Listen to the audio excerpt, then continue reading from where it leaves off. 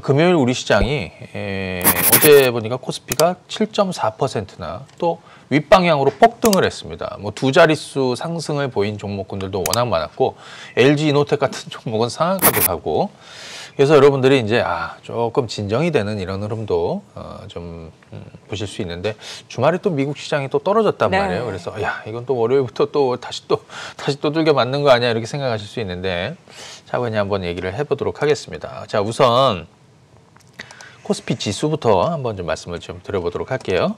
자, 지금 코스피 지수를 보시게 되면 지금 이 정도 위치에 와 있습니다. 이번에 이제 목요일에 지수가 많이 떨어졌죠. 코스피는 무려 뭐 9.5% 마이너스 9.5% 떨어지면서 정말 보기 드문 1,500선이 깨져갖고 1,400대를 봤고요. 그리고 금요일 날 같은 경우에는 어제 같은 경우에는 7.4%나 큰 반전이 나왔습니다. 여기서 이제 볼 수 있는 거는 정말 힘든 상황인데 시장이 어느 순간 반전이 나오기 시작을 하면 이렇게 강하게도 나올 수 있구나라는 거는 아마 생각하셨을 거라고 생각이 듭니다. 종목들도 그렇게 올라올 수 있는 거죠. 자, 그런데 이제 저희가 이번 주에 많은 어떤 뭐 미국이나 유럽이나 우리도 마찬가지죠. 대책들이 좀 나오고 있습니다. 그것이 하나도 먹히지 않았어요. 거기다가 목요일장에서는 목요일장이 이제 여기에요. 목요일장 요때는 사실 우리 시장 같은 경우에는 주변 증시보다 너무 강하게 매를 맞은 거예요. 그 이유는 사실 환율에 있었다. 자, 요거 한번 보도록 하겠습니다. 원달러 차트 한번 보도록 할 텐데 요게 목요일입니다. 이날은 1250원대가 뚫렸어요. 자, 한번 볼까요? 잠깐만요. 이거 좀 잘 안 보이시니까 이렇게 하면 되겠네요. 자, 그래서 저희 한 1,300원에 이래서 사실은 뭐 우리 시장이 거의 급락 폭락세를 좀 보였는데 이게 잘 보시게 되면 요 한 1,250원대를 한번 기준으로 이렇게 보게 되면 뭐 근래 사실 이 정도 저희가 볼 수가 없습니다. 근데 과거 좀 길게 놓고 보게 되면 한 요 정도 되는 거죠. 자, 보시게 되면 요거는 이제 2008년 금융위기 때다. 이렇게 보시면 되겠고요. 자, 이번에 이제 1,300원에 육박을 했었는데 자, 요것이 이제 한미 통화수합 체결이 되면서 주저앉았던 거죠. 그래서 일단 금요일 날은 1250원대 아래로 이제 주저앉았습니다. 자, 일단 우리 시장은 이 한미 통화수합 체결한 것이 상당히 큰 의미를 갖는다. 왜냐하면 좀 전에 환율 차트는 좀 이따 한번 봐드리겠지만 저 개인적으로는 지수가 뭐 조금 더 내려갈 수도 있고요. 뭐 좀 이렇게 시장이 가파르게 또 오를 수도 있고 그래서 이거는 정말 공포의 절정 구간 이 바닥에서 나올 수 있는 변동이다라고 생각이 돼요. 이 변동은 어느 순간 갑자기 위로도 튀고 어느 순간 갑자기 아래로 튀거든요. 그래서 이런 거 한번 잘 보시면 되겠는데 일단 통화수합 체결한 부분 이거에 대해서 좀 얘기하면 좀 전에 MC가 얘기해 주신 대로 지난 2008년도에 300억 달러 규모였습니다. 자, 이번에는 600억 달러 규모로 체결이 되었고요. 이것은 향후 6개월 동안 이제 진행이 되게 되어 있습니다. 그래서 시장의 어느 하단에 또는 원달러의 상단에 이거를 조금 방어해 줄 수 있는 저는 좀 역할을 하게 될 것이다. 이렇게 여러분들 볼 수 있겠고요. 기본적으로 여기서 좀 살펴볼 게 뭐냐. 과거랑 한번 비교를 해보는 거죠. 왜? 2008년 이후에 저희가 그때 한 번 있었고 이번이 두 번째이기 때문에 그때는 어떤 상황이 만들어졌었고 이번에는 앞으로 어떻게 흘러갈 것이냐. 이것이 어떤 의미를 갖고 그래서 요거 한번 제가 주봉으로 한번 보여드릴게요. 지금 보시는 화면은 원달러 차트입니다. 자, 주간 증시 이슈 점검 저거를 좀 내려주시면 이제 기간도 아마 보이시게 될 것 같아요. 자, 한번 보겠습니다. 요거 잘 보시게 되면 요 동그라미 친 자리가 어디냐면 2008년도예요. 자, 한번 보십시오. 조금 올려서 이렇게 하면은 이제 보이시죠? 자, 우리가 한미 통화수합 체결한 것이 바로 여기였습니다. 여기. 요때가 언제였냐면 원달러가 1,400원대 넘어 1,500원대로 육박을 했던 바로 요 시점. 요 정도 되는 거예요. 첫 번째 동그라미 자리. 그리고 나서 어떻게 됐냐면 환율이 밑으로 좀 빠졌습니다. 이렇게. 그죠? 예, 밑으로 좀 빠졌죠. 그 자리가 어디냐면 네모박스 하나 볼게요. 이렇게. 자, 이렇게 네모박스 정도가 됩니다. 그래서 요때 시장도 일시적으로 왜냐하면 이때는 제 기억으로는 코스피가 900선 아래로 일시적으로 밀렸나 그랬고요. 그 이후에 다시 반등을 해서 1200대까지 이제 회복을 했는데 아시겠지만 그때 금융위기는 사실 경험해보지 않았던 거거든요. 물론 외봉으로 한번 고점을 만들고 그러니까 증시로는 저점을 외바닥을 만들고 그때서부터 이제 살아면 좋겠지만 그렇지는 않고 기간 조정이 길게 갔었단 말이에요. 그래서 통화사업 체결한 이후에 그때 원달러는 일단 조금 안정을 찾았다. 하지만 한 번 더 올랐죠, 이렇게. 그죠? 제가 동그라미 하나 더 쳐보겠습니다. 예, 한 번 더 올랐습니다. 예. 그래서 두 번에 이제 고점을 좀 만드는 이런 상황이 보였는데 중요한 건 뭐냐면 이 당시에도 상당히 좀 불안했지만 달러 공급이 그래도 어느 정도 우리 지금 원달러 상단을 좀 막아주는 네. 그래서 그때서부터 시장이 조금 안정권으로 돌아섰다. 물론 바로 어제 우리는 이것이 이제 시장이 굉장히 환호를 했던 거죠. 어제 증시가 올랐던 거는 뭐 통화수합 체결한 이거 하나뿐이 아니었어요. 뭐냐면 국제 유가가 폭등을 했습니다. 물론 주말에 국제 유가가 지금 보니까 뭐 조금 떨어졌더라고요. 네. 폭등을 했던 거. 그다음에 또 하나는 중국이 금리를 내리지 않을까 했는데 금리를 동결했거든요. 그러니까 다들 금리를 내릴 거라고 생각했는데 금리를 동결했어요. 그래서 이런 것들 같이 어제 시장에 호재가 되었는데 조금 더 한번 말씀을 드려볼게요. 그래서 이쪽을 잘 보시게 되면 2008년도 금융위기 때 통화사업 체결하고 시장이 일시적으로 좀 안정은 줬다. 그리고 시장이 다시 불안해졌지만 네. 사실 뭐 그 이후에도 고점은 금방 나왔었어요. 그래서 지금 이번에도 마찬가지 이거 일간으로 한번 놓고 보게 되면 이번에도 이제 안전판 역할은 좀 해주고 있는 거고 다만 이제 이게 조금 더 올라설 수는 있겠죠. 이렇게 조금 더 올라설 수도 있겠죠. 하지만은 기본적으로 상단을 좀 막아줘요. 그러니까 한 1,300원대 이 정도를 좀 방어하는 이런 역할은 충분히 해줄 것이다. 그럼 뒤집어 얘기하면 코스피로 따져보면 지금 이번 코스피 저점이 대략 한 1,430 정도 되는데 자 그래도 1,400대는 좀 지켜주는 것이 아니냐 이런 생각을 할 수도 있어요. 물론 유럽이나 미국이 앞으로 어떤 상황이 더 벌어질지는 저희가 잠시 뒤에 한번 얘기하겠지만 네. 기본적으로 이번 통화수합 체결한 부분은 증시가 조금 더 흔들리고 또 외환시장이 조금 흔들리더라도 또 최근에 뭐 달러 사재기가 워낙 있었잖아요. 그래서 뭐 위험자산, 안전자산 할 것 없이 뭐 돈이 다 달러로 모였던 상황이었기 때문에 그것이 약간 원달러 차트로 나타났던 건데 자 기본적으로 하단을 좀 방어해주는 이런 역할을 좀 해줄 수 있겠다 이렇게 한번 볼 수 있겠고요. 유가 부분은 잠시 뒤에 얘기하겠지만 또 하나가 뭐였냐면 중국 얘기였어요. 네. 그래서 중국 사실 이번에 사실 그 발화 지점이었고 하지만 이제 코로나19 악재는 여기서는 이제 중국이 좀 벗어나는 듯한 느낌이거든요. 뭐 좀 사실 벗어나고 있죠. 그런데 금리를 동결했다라는 거는 사실 시장 예측을 좀 벗어난 거였는데 뭐 자신감 아니었나. 왜냐하면 최근 들어서 중국도 엄청난 부양책들을 계속 꺼내고 있었는데요. 자, 상황을 좀 보자고 하는 것 같아요. 그래서 금리 인하는 추가적으로 내리는 거는 조금 신중하게 가는 것 같고 의외로 또 자신감을 좀 보여줬다. 이것이 어제 우리 시장에 오히려 저는 좋은 내용이 되지 않았나. 물론 외국인들이 자, 요거 한번 볼까요? 어제 우리 시장에서 외국인들이 거래소에서 순매수가 잡히지는 않았거든요. 네. 대량의 매도를 계속 이어가고 있다. 근데 한 가지 볼 거는 예전에 한번 말씀을 드렸지만 2008년 금융위기 때도 저 밑바닥 그리고 뭐 최근 들어서 가장 근접 시장에 낙폭이 있었던 거 뭐 지금 워낙 많이 떨어져가지고 이렇게 좀 뒤로 한번 돌려보면요. 여러분도 아마 이거 기억하실지 몰라요. 이게 언제냐면 작년 8월 달이에요. 7월 달. 그러니까 미중 무역 전쟁 뭐 이것부터 해서 일본이 반도체 수출 규제한다라고 해서 이제 훅 떨어져서 네. 코스피가 1900선을 일시적으로 이탈한 지점. 이게 8월 달이었죠. 근데 8월 한 달 동안 외국인들이 저가의 주식을 샀느냐 거래소에서 사지 않았습니다. 그죠? 외국인들은 계속 팔았습니다. 그들이 어디 가서 샀냐면요. 그들은 여기서 매수했어요. 자, 제가 화살표로 한번 보여드릴게요. 오늘 화면 좀 표시해드리면 좋을 텐데, 자, 작년 9월 달 바닥치고 돌아서는 이때부터 외국인들이 공격적으로 매수가, 그러니까 본격적으로 상승으로 돌았을 때부터 매수가 들어왔습니다. 그러니까 지금도 다만 이제 조금 다행스러운 건 외국인들 매도는 나오고 있지만 네. 자금이 빠져나가는 거는 아니더라. 그래서 이건 향후에 시장이 조금 안정되게 되면 또 대기 매수로 매수 자금으로 좀 들어올 가능성은 좀 있기 때문에 좀 아쉬운 거는 주말에 미국장이 조금 떨어졌던 네. 거, 예, 요거는 조금 아쉽지만 요거는 저희가 조금 좀 지켜봐야 되겠고요. 제가 미국 시장 한 번 더 좀 점검을 한번 해보도록 하겠습니다. 네. 다우존스 산업지수 한번 볼까요? 사실 뭐 유럽 증시도 올랐고 많은 네네. 분들이 어제 미국장이 상승하기를 기대를 했는데 네네. 아침에 지수 확인해 보니까 또 하락으로 마감이 됐더라고요.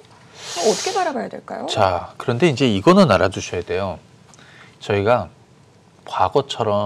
과거에 V자 반등 이거 좀 쉽지 않죠. 왜냐하면 이거는 여러분들이나 저희나 사실은 경험해보지 않았던 새로운 형태의 악재예요.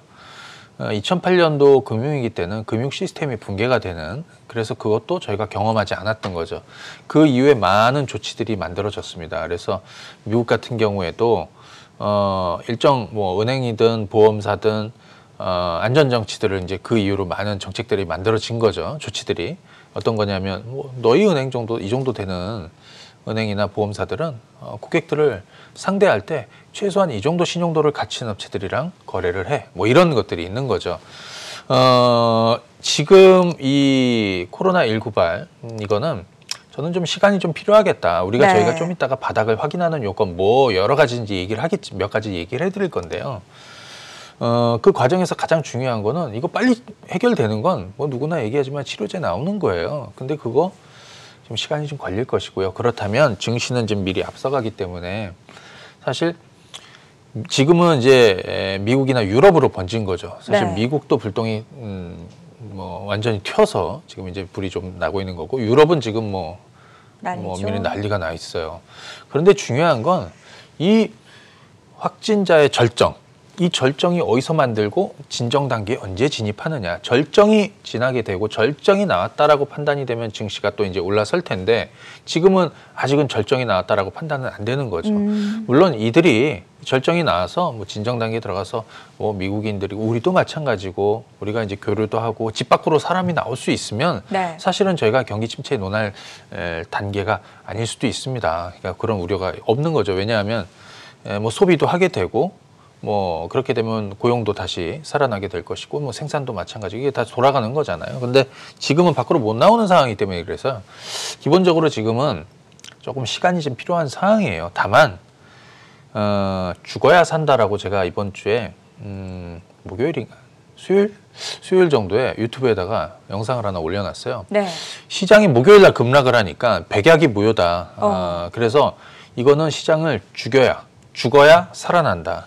시장이 죽으니까 엄청난 정책들, 부양책들이 계속해서 쏟아져 나오고 있습니다. 그런데 약발이 잘 안 먹히죠. 결국에는 뭐냐, 근본적인 문제, 이걸 좀 해결을 해줘야 된다는 건데요. 자, 한번 보시죠. 네. 다우존스 산업지수 한번 보겠습니다. 재미난 거는 저희가 이따가 제가 한번 얘기할 시간이 있는지 모르겠는데요. 2018년도 제가 지수 한 19,000 정도로 이렇게 한번 짚어볼게요. 이 19,000이 상당히 좀 의미 있는, 미증시는 굉장히 의미 있는 자리예요. 왜냐하면 과거로 돌려가지고 2018년도, 자 한번 보겠습니다. 2016년도구나. 16년도 이 연말, 여기는 여기서부터 해서 이제 랠리가 시작이 됐습니다. 미국장이. 그런데 2017년도 1월달 여기서부터가 이제 본격적으로 또 다시 랠리가 시작되는 거. 이건 뭐냐면 트럼프 대통령 취임. 이죠. 그래서 임기 동안에 이렇게 좀 올려놨는데 지금 하나, 둘, 셋, 3년 동안 다우 기준으로 해서 19,000포인트에서 거의 한 3만 포인트 가까이 폭등을 한 거예요. 그래서 이거는 트럼프 대통령의 치적이죠. 미국 그쵸. 경제가 그만큼 좋았다. 근데 지금 이거를 3년 동안 올려놓은 거를 불과 한 달도 안 돼서 다 까먹은 상황이기 때문에, 사실 정작 지금 가장 어이없는 사람은 트럼프 대통령이 일 수도 있다. 왜냐하면 올해 말에 또 선거가 있지 않습니까? 네. 자, 그래서 지금 후속 조치들이 계속해서 나오고 있습니다. 저희가 한번 요거 준비가 되어 있나요? 그거를 네. 잠시 후에 좀 잠시 보여드릴까요? 정책적인 부분 지금 말씀을 그래요. 하시려고 하는 그러면 건가요? 네네네. 그거 저 잠시 뒤에 하고 요거 네네네. 조금만 더 얘기하도록 네. 할게요. 그래서 저는 기본적으로 지금 한번 보십시오. 죽어야 산다라는 표현을 해드렸던 건 뭐냐면, 시장이 이렇게 죽게 되면 이거 가만히 놔둘 수 없거든요. 왜냐하면 과거 금융위기 때 봤거든요. 그래서 이런저런 어떤 부양책들을 계속 쏟아내고 있습니다. 밑으로 빠질수록 만약에 19,000포인트가 깨지게 되면 오히려 더 급하게 보다 강력한 걸 쏟아낼 수 있다. 아마 좀 더 빨라질 가능성도 좀 있는 거예요. 그래서 오히려 저는 지금 미국 증시 같은 경우는 19,000포인트, 그다음 19,000포인트를 깨는 시점에서는 오히려 저점에 또 바닥에 가까워지고 있을 수 있다라는 거를 조금 얘기해드리고 싶습니다. 알겠습니다. 네, 계속해서 시장 이야기 나눠보도록 하겠습니다. 이 사람이 위기 상황이 오면 과거의 경험을 반추해보기 마련입니다. 2008년 금융위기 때와 지금을 비교하는 이 투자자들이 상당히 많은데요. 사실 대표님, 2008년 금융위기 때는 어떻게 보면 각국의 이 대대적인 돈풀기를 통해서 위기를 해결했다고 봐도 과언이 아니잖아요. 네. 지금 거의 금융위기 수준에 준하는 여러 가지 대책들을 각국 정부에서 내놓고 있습니다. 어떤 이야기들 좀 나오고 있는지, 그리고 이게 좀 효과가 있을지도 한번 짚어볼까요? 네. 자, 저희가 일단 어떤 내용들이 좀 만들어지고 있는지 한 주 동안에 요거 한번 먼저 좀 말씀을 드리고 네. 과거 리만 때하고 지금하고 좀 비교를 해보고 해법이 어디에 있는지 요것도 한번 좀 찾아보도록 할게요. 여러분들이 뭘 주목을 하셔야 되는지가 되겠죠. 자, 한번 화면 준비된 거 있으면 좀 보여주시고요. 자, 최근에 이제 미국도 그렇고 유럽도 그렇고 뭐 이런 주요 대책들이 좀 많이 나오고 있습니다. 자, 요거는 아직 찌가 준비가 안 된 것 같은데 제가 한번 좀 말씀을 드려보면 네.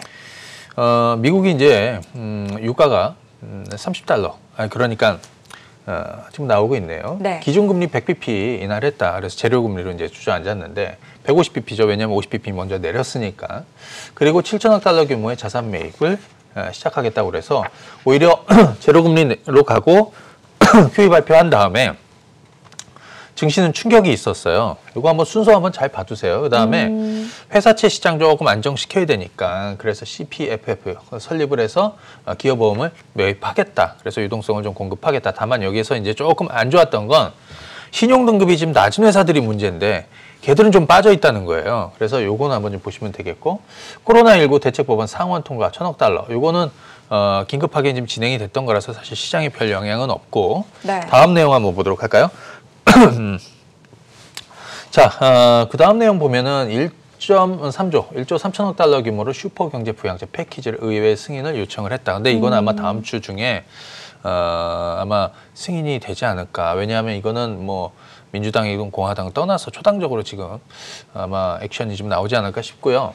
그 다음에 ECB가 이거는 저희가 목요일이었던 것 같아요. 자, 1130조 규모로 양적 완화 발표가 있었습니다. 유럽은 주말에 조금 올랐죠.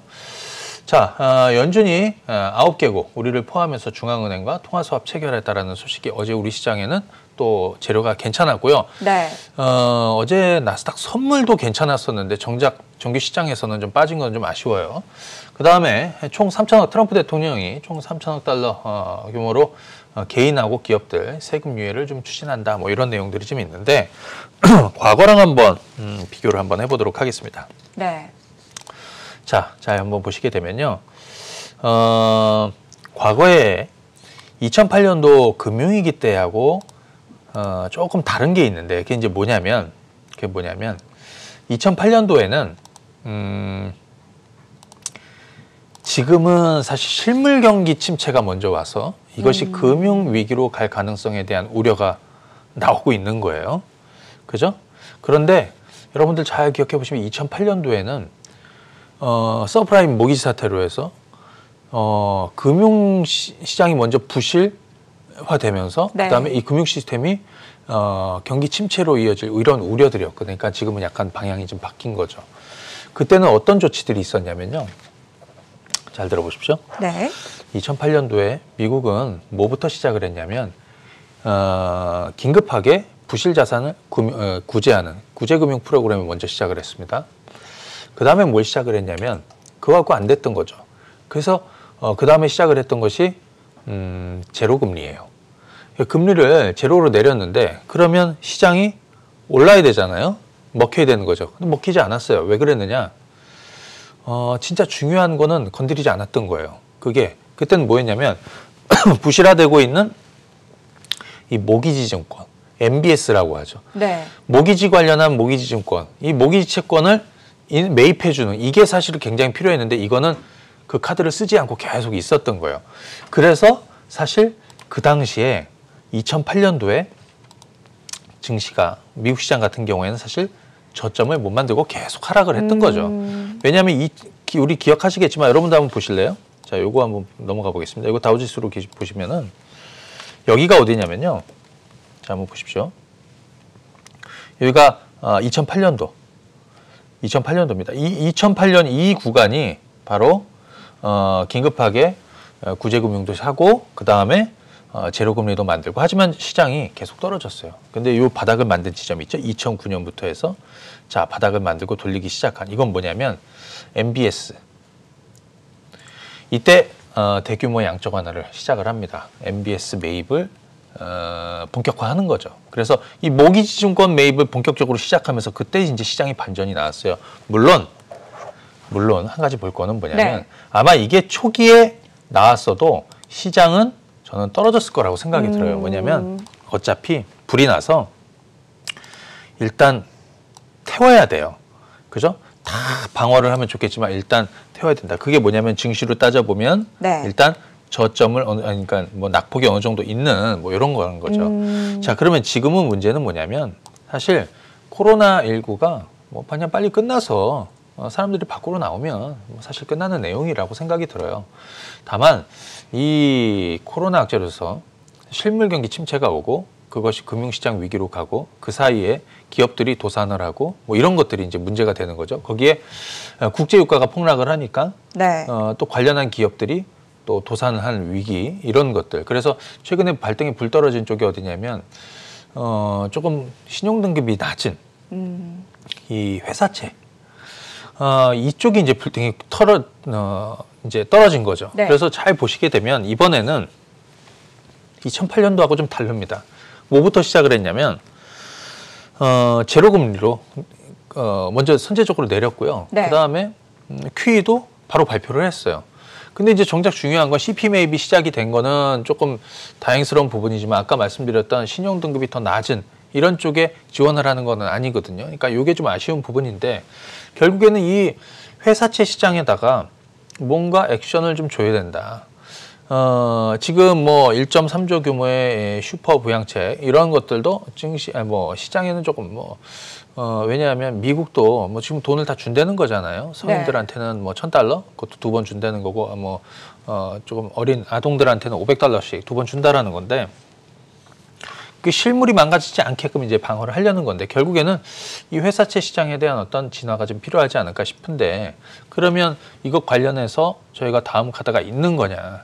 그래서 최근에 나오는 것이 이제 타프라는 게 나오고 있습니다. 그 타프는 2008년도에도 써먹었었어요. 초기에. 네. 그럼 뭐 써먹었냐면 그때 정작 모기지증권 매입하지는 않고 은행이나 뭐 보험사나 이런 금융기관들이 부실로 가서 도산할 가능성이 좀 높아지니까 그리고 그때는 뭐가 있었냐면 자동차 업계가 굉장히 안 좋았어요. 네. 그래서 부실 자산을 구제하는 프로그램이 이제 바로 이 타프가 됩니다. 그래서 이것도 지금 얘기가 좀 나오고 있는데 지금 당장엔 아니더라도 이쪽에 지금 회사채 시장이 좀 불을 끌 수 있는 뭐 이런 것들의 향후 뭐 처방이 될 수 있다. 아직 나오진 않았지만 이런 것도 여러분들 한번 그런 카드도 있다. 이렇게 한번 생각하시면 좋을 것 같아요. 그래서 기본적으로 2008년하고 조금 다르죠. 그때는 네. MBS를 매입을 하면서 그때서부터 시장이 올라갔는데 회사채 시장이 조금 안정되는 흐름을 보여주게 되면 저는 미국 시장도 반전을 좀 보일 가능성은 있다. 다만 우리가 이제 금융시장 안에 있으니까 네. 여기만 보는데 사실은 이렇게 좀 떨어져서 보면 결국에는 코로나19 이거에 대한 어떤 확진자 절정을 보이고 그리고 빨리 진정 국면으로 가느냐 이것이 이제 중요하잖아요. 미국도 지금 보시게 되면 뉴욕주 그리고 이제 여타주로도 이동 자제 또 금지하는 이런 것들이 이제 확산이 되고 있기 때문에 사람들이 밖으로 안 나오면 사실 증시가 올라갈 수 있겠습니까? 못 올라가요. 그러니까 조금 더 변동은 있을 수도 있고 네. 그 과정에서 우리는 아까 말씀드렸던 그런 안전판이 있기 때문에 그리고 24일에 또 청와대에서 또 경제대책회의 2차로 또 진행을 한다라고 하죠. 그래서 아마 후속 조치들을 이렇게 만들어지면서 증시 안정 대책들을 만들어낼 거예요. 그래서 아까 말씀드린 대로 미국 시장도 다우 기준으로 19,000 깨지게 되면 네. 오히려 보다 강한 액션들이 좀 만들어질 가능성도 좀 있고요. 그다음에 우리도 1,400대를 최대한 좀 지켜내는 쪽으로 가지 않을까 싶습니다. 그리고 또 하나 말씀드릴 게 네. 트럼프 대통령인데요. 트럼프 대통령이 최근에 무슨 얘기를 하고 있냐면 지금 시장은 떨어지고 있다. 조금 더 변동이 생길 수도 있고 당장 해결된 문제는 아니지만 또 증시 입장에서는 결국에 어느 시점 반전의 어떤 저기가 만들어질 것이고 그 다음부터는 시장이 빠르게 회복될 것이다라고 하는데 저는 이게 네. 연말까지의 그림을 그렇게 그려봐야 된다. 지금은 저점을 확인하는 과정 이렇게 보시면 되겠고 큰 그림으로 보시는 것이 지금은 맞다 이렇게 말씀을 드립니다. 예. 알겠습니다. 2008년 금융위기 때와는 지금 이 결이 좀 다르다라는 말씀을 주셨습니다. 2008년에는 이 금융 시스템에 좀 문제였다면 지금은 이 실물 경제에 타격이 예상되는 상황에서 좀 다른 대응 전략이 필요하다라는 부분 좀 짚어보도록 하겠습니다. 자, 유가에 대한 얘기도 나눠보도록 하겠습니다. 국제유가의 폭락세가 이어지고 있습니다. 잠깐 반등이 나왔다가 또 한 번 밀리는 그런 현상이 이어졌는데요. 자, 경기 위축 우려가 있는 상황에서 유가 하락이 디플레이션을 촉발할 수 있다라는 일각의 의견이 좀 제기되고 있습니다. 유가에 대해서는 좀 어떻게 보시는지. 네. 국제유가는 주목해야 되는 이유가 뭐냐면 유가가 바닥을 치면 시장도 바닥이 나오기 때문에 저희가 이 부분을 봐야 되는 거고요. 네. 최근에 이제 쇼크를 줬던 건 사우디하고 러시아, 그러니까 오펙을 대표하는 사우디, 그 다음에 비오펙을 대표하는 러시아하고 감산 합의에 실패했다는 거잖아요. 그래서 야 그러면 우리 더 많이 생산할 거야. 이렇게 나왔던 게 이제 사우디였던 거고요. 이 과정에서 가장 큰 타격을 받는 거는 미국 셰일 업체들이 되는 거죠. 자, 지금 국제유가 한번 보도록 하겠습니다. 자, 보시게 되면 한 요 정도 되는 것 같아요. 지금 요 35달러 주저앉았다가 30달러 깨지고 내려가서 이번에 저점이 오면 딱 20달러 찍었습니다. 그리고 다시 급반등을 해갖고 그죠? 요게 뭐냐면 우리 금요일장에 우리 시장은 상승하게 된 요인이 유가가 또 이 장중에 한 30% 넘게 올랐었고 한 24%까지 폭등이 좀 있었어요. 그리고 주말에는 또 좀 빠졌어요. 그러니까 월요일 날 좀 떨어질 수도 있겠죠. 근데 중요한 건 뭐냐면 결국에 이 최근에 미국의 가장 큰 문제가 되고 있는 좀 전에 그 회사채, 특히 셰일 기업들, 하이힐드 채권 얘기 뭐 기존에도 한번 해드렸지만 네. 그래서 이 기업들 도산에 대한 이런 우려들이 계속 커지고 있는 상황인 거죠. 그런데 최근에 유가가 떨어지니까 다들 이제 전망하는 이런 내용들이 많았어요. 야, 사우디하고 러시아 이 당장 얘네들이 감산 합의는 안 이루어질 것이다. 근데 제가 지난주에 무슨 얘기했냐면 이번 주죠? 예, 이번 주에 무슨 얘기했냐면 나는 트럼프 대통령이 이거 가만히 방관하고 있지는 않을 것이다라고 이렇게 생각을 한다.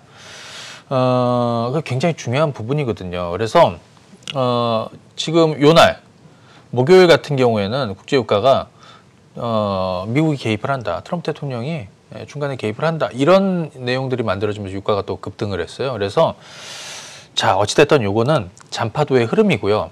우리가 확인해야 되는 거는 국제유가는 조만간 어딘가에서 저점을 만들게 될 것이다라는 거고 유가가 저점을 만들면 증시도 바닥을 치게 된다라는 것도 한번 왜냐하면 여러 가지 요건들이 있지만 특히 국제유가 이제 그렇습니다. 근데 제가 생각하는 건 뭐냐면 제가 30달러 깨졌을 때 방송에서 무슨 얘기했냐면 자, 뭐 쇼크예요.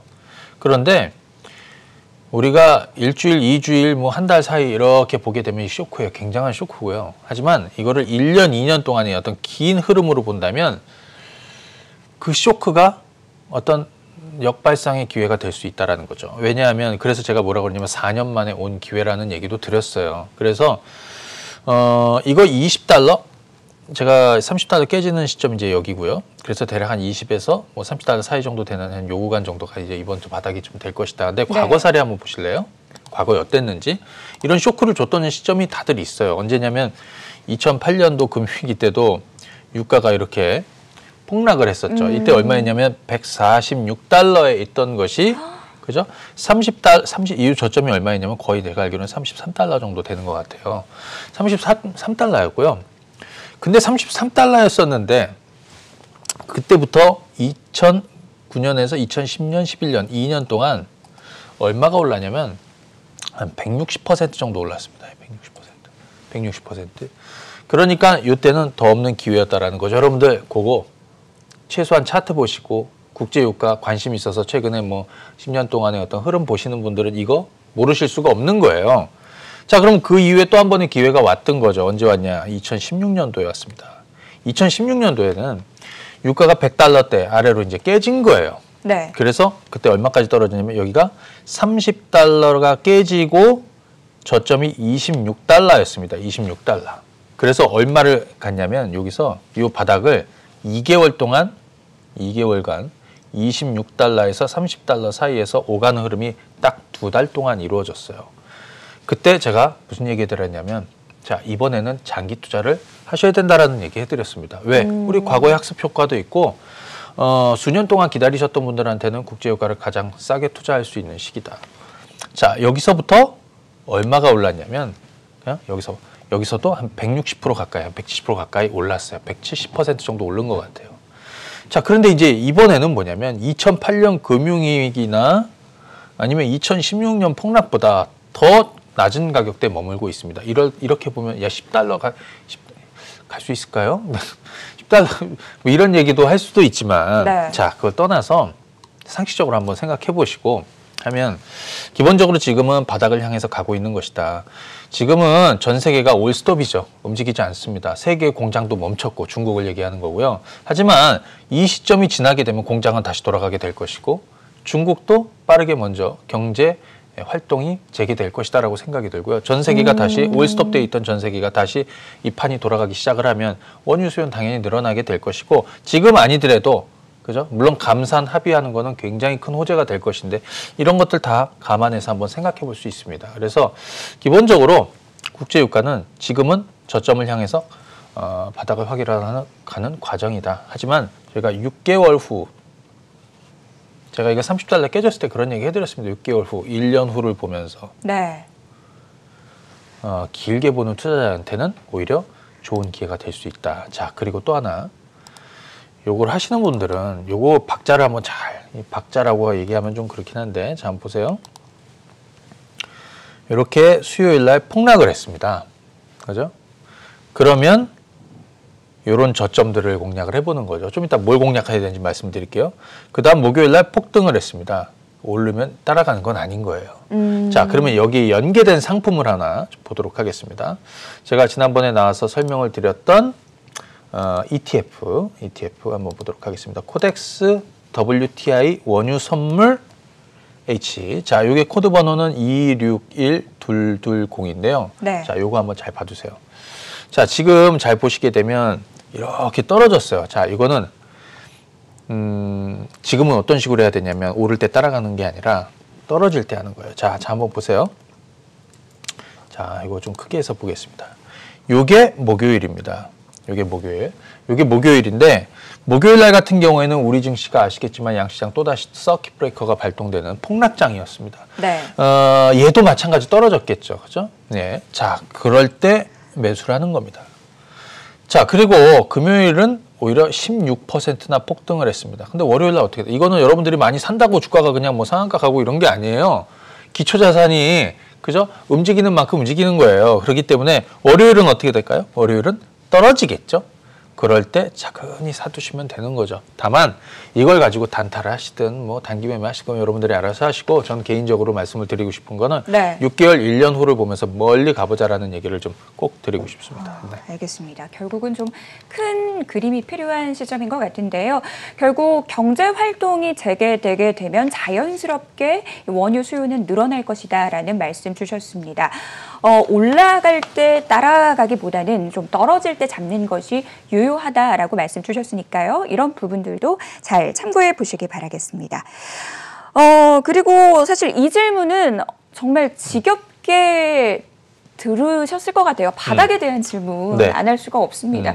사실 뭐 개인 투자자 입장에서는 바닥인 줄 알고 들어갔는데 지하실이 숨어 있더라. 네. 이런 얘기도 나오고 있습니다. 지금 바닥이라고 보시나요? 이게 질문을 하기가 사실 민망하기도 한데. 아니, 바닥 얘기만 하면 네. 사실은 다들 뭐 저희 같은 사람들은 로이로제 걸릴 수도 있어요. 왜냐하면 그 바닥은 잘 모르겠는데 여러분들도 뭐 좀 지겨운 질문일 수도 있지만 바닥이 어딘지를 생각하는 게 아니라 그 바닥을 만드는 요건들이 뭐가 필요한지를 저희가 한번 짚어볼 거거든요. 네. 그거를 잘 보실 필요가 있습니다. 그래야 그렇게 나올 때 시장이 바닥에 가까워지고 있구나 이런 것들을 말씀을 드릴 수 있는데 기본적으로 개가 생각할 때는 지금 코스피 1,400대에서 이제 1,500대 이제 올라왔잖아요. 뭐 여기 바닥 구간 아니냐. 그러면 여러분들이 생각할 때는 발바닥만 바닥입니까? 내가 볼 때는 무릎도 바닥이고 발목도 바닥이라고 생각이 들어요. 저 밑바닥, 발바닥을 해서 내가 가장 저가에 주식을 사겠다, 뭐 추가 매수를 하겠다, 못할 수도 있어요. 왜냐하면 이번 한 주만 보더라도 우리 생각대로 되지는 않거든요. 목요일 날 폭락, 아주 진짜 대폭락을 보이는데 뭐 금요일 날은 대폭등을 보였습니다. 그럼 목요일 날 주식을 사야지 저가에 사는 거잖아요. 근데 금요일 날 폭등할 때 대부분 또 사게 되거든요. 월요일 날 또 하락을 하게 되면 뭐 손절하시는 분들도 있겠지만 그렇게 생각하지 마시고 발바닥이나 발목이나 종아리나 뭐 다 바닥이에요. 예, 자 그렇게 보시면 되겠고 그 바닥을 만드는 요건들 몇 가지 한번 좀 말씀을 좀 드려보도록 하겠습니다. 제가 생각하는 건데요. 첫 번째는 미국하고 유럽이 빨리 절정을 보이는 것이다. 절정을 보이는 것이다. 그런데 우리 사례로 보고 중국 사례로 봤을 때 한 달 안에는 그러니까 가파르게 확진자가 아주 대규모로 이제 늘어나는 이렇게 나면 한 달 이내에 절정은 좀 보였던 것 같아요. 근데 우리는 어찌됐든 뭐 사실 대응을 저는 물론 저 신천지발 뭐 이런 대규모 클러스터가 있었지만 그런 걸 제외하면 뭐 사실 잘 대응을 했다. 네. 그리고 중국 같은 경우에도 이미 절정은 이미 지났고요. 그죠? 자, 그래서 유럽이나 미국 그래서 앞으로 그 정도 시간 안에는 최소한 절정을 보이지 않을까 싶습니다. 왜냐하면 지금 뭐 이동 금지도 내리고 있고 어차피 확진자는 늘어나고 있고 감염된 사람도 늘겠지만 결국에는 진정되는 단계가 올 거거든요. 그게 첫 번째고요. 두 번째는 지금 문제가 되고 있는 2008년도에는 2009년 3월부터 MBS를 본격적으로 매입을 하면서 시장이 반전이 나는데 지금은 회사채 시장의 안정을 위한 보다 강력한 조치들이 아마 이제 또 만들어지겠죠. 그래서 이 시장이 조금 안정되는 상황을 보이게 되면 가파르게 올라가지는 않아도 바닥을 어느 정도 만들면서 시간을 조금 기다리는 이렇게 왜냐하면 우리가 뭐 가격 조정이 있으면 기간 조정이라는 게 항상 있잖아요. 그래서 그렇게 보시면 되겠고 그다음에 또 하나는 뭐냐면 국제유가도 있습니다. 좀 전에 말씀드린 대로 저는 국제유가가 바닥을 치면 증시도 바닥을 좀 만들 가능성이 좀 있다라고 생각이 들어요. 그래서 국제유가가 바닥을 만들고 그다음에 이제 본격적으로 오르는 뭐 이런 건데 사실 지금 당장 오를 일은 없고 아마 감산이나 이런 부분에 대한 어떤 합의 이런 것들이 일시적으로 좀 당장 만들어질 가능성 좀 낮다도 이런 게 만들어지면 이제 이런 가능성이 있다. 그다음에 또 하나는 뭐냐면 중국이 움직이는 건데요. 중국이 본격적으로 경제 활동을 재개하는 거죠. 근데 중국은 이미 코로나 국면에서 이제 벗어나고 있기 때문에 이번 주에 보니까 중국은 경기 부양 차원에서 올해 연말까지 5G에 뭐 18조 원을 투자하겠다. 그다음에 금요일 날 어제 중국은 금리를 또 동결했습니다. 그리고 부양책들을 계속 꺼내고 있는 상황이라서 중국이 이 세계 공장인 중국이 본격적으로 돌아가는 시점이 되거나 경제 활동이 이제 본격화되는 이런 재개하는 흐름이 만들어지면 그럴 때도 좀 도움이 되겠다. 다만 2008년도하고 좀 다른 게 지금은 다들 거의 대부분 나라들이 다 이렇게 다 서로를 막고 있죠. 교류를 못하게. 그래서 국경을 봉쇄하고 그때하고 다른 건 사실 이거예요. 그래서 약간 좀 각자 도생하는 이런 부분이 있어요. 과거에는 이 정책 공조가 글로벌 공조가 잘 됐다라고 생각이 드는데 이번에는 좀 그 부분에 조금 미흡한 부분이 뭐 구조적으로 생길 수밖에 없는 부분인데 이거는 뭐 어떻게 움직이는지 봐야 되겠지만 앞서 말씀드린 대로 한 4가지 정도 볼 수 있겠습니다. 첫 번째는 코로나, 결국엔 미국하고 유럽이 어느 시점이 절정을 보이느냐 뭐 이거고요. 두 번째는 지금 미국의 회사채 시장 안정시키는 그런 강력한 조치들. 물론 그 이전에 다음 주에는 저희가 슈퍼부양책에 대한 이런 의회 승인 이런 것들도 조금 소식을 좀 접하지 않을까 이렇게 싶고요. 그다음에 세 번째는 아까 말씀드린 대로 국제유가가 바닥을 좀 확인하는 거. 그다음에 네 번째는 중국이 돌아가는 거. 뭐 이 정도 한번 여러분들이 보시면 좋을 것 같고요. 어찌됐든 하나 더 추가를 하자면 이 한미 통화 수합 체결한 거 이거는 그래도 어느 정도 하단을 우리는 좀 만들어줄 수 있는 안전판 역할은 좀 해주고 있을 가능성이 있다. 이렇게 말씀드립니다. 알겠습니다. 자, 지난주 기준으로 했을 때 이 주식 거래 계좌 수가 3천만 개를 돌파를 했습니다. 이게 어떤 수치냐면 경제활동 인구수보다도 더 많은 수치라고 합니다. 대표님도 지금 그렇고 네네. 주위에 이 새롭게 주식하는 네. 분들이 굉장히 많이 늘어나고 맞아요. 있다라고 생각이 들거든요. 네. 저는 주위에 이 갯장에 있는 친구가 요즘 그렇게 이 어르신들이 돈 뭉치 들고 와서 삼성전자 주세요. 이 얘기들 굉장히 많이 한대요. 맞아요. 증시에 새로운 자금이 이렇게 들어오고 있다라고 하는 건데 네. 사실 그런 분들 입장에서는 지금 주식 거래 처음 하니까 굉장히 막막하실 수도 있잖아요. 네네네. 지금 원래 생전 경제 채널 안 보다가 주말에 좀 불안해서 TV 켜신 시청자분들도 네네. 계실 것 같아요. 그런 분들을 위해서 좀 조언 한 말씀 네. 해주신다면요. 일단은 신규 진입하시는 분들 또 네. 기존에 있으시던 분들 예.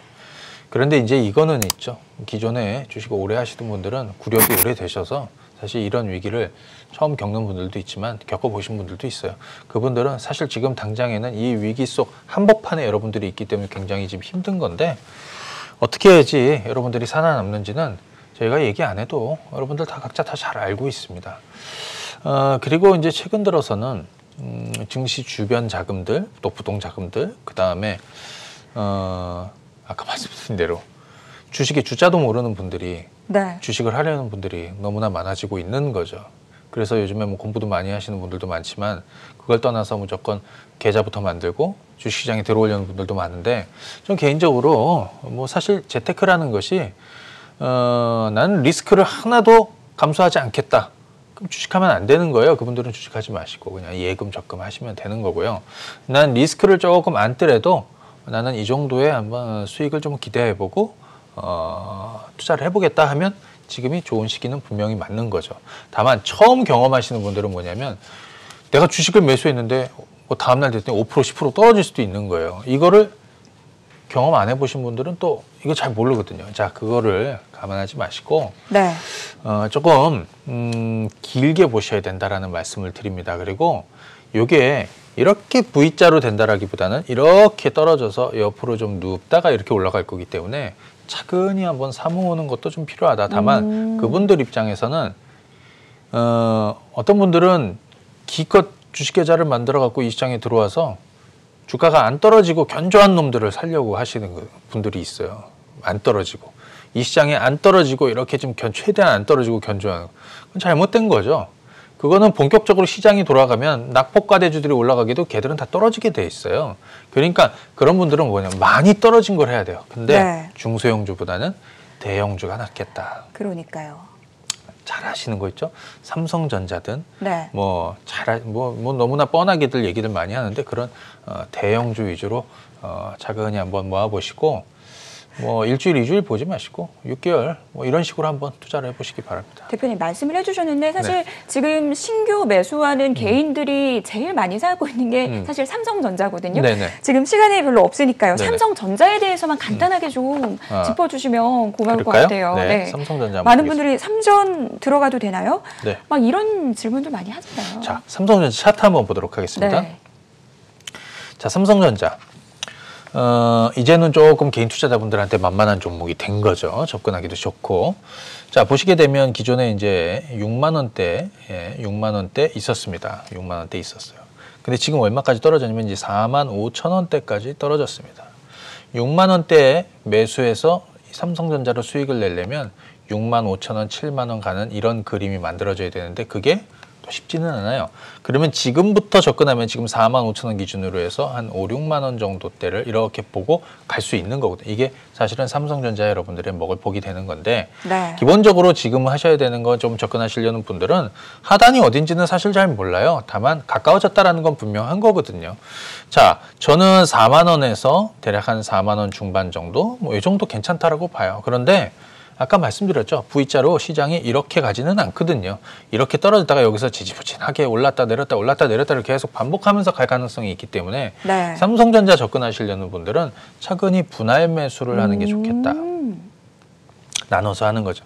내가 만약에 100주를 살 거라고 치면 10개씩 차근히 사보는 겁니다. 좀 나눠 사보고 평균 단가를 맞추는 거죠. 아, 여기서도 사고 여기서도 사고 여기서도 사고 좀 오를 때도 사고 떨어질 때도 사고 해가지고 이렇게 사 모아서 평균 단가를 맞추고 가는 거죠. 어디까지 가야 되느냐. 1차적으로는 5만 5천 원에서 한 6만 원 가보는 거고요. 저희가 이 코로나 국면이 다 해소가 되고 사실 그만큼 침체돼 있던 걸 살려야 되잖아요. 그러면 주유국들이 뭐 부양책들을 썼던 것 카드들이 이제 슬슬 효과도 나타나기 시작을 하고 증시가 또 뭐 그다음 워낙 안 좋았으니까 이렇게 반전이 되면 네. 그 이상도 좀 볼 수 있기 때문에 지금은 차근히 한번 사모으는 거 떨어질 때 겁나서 못하는 게 아니고 차근히 한번 사모으시는 게 좋을 것 같습니다.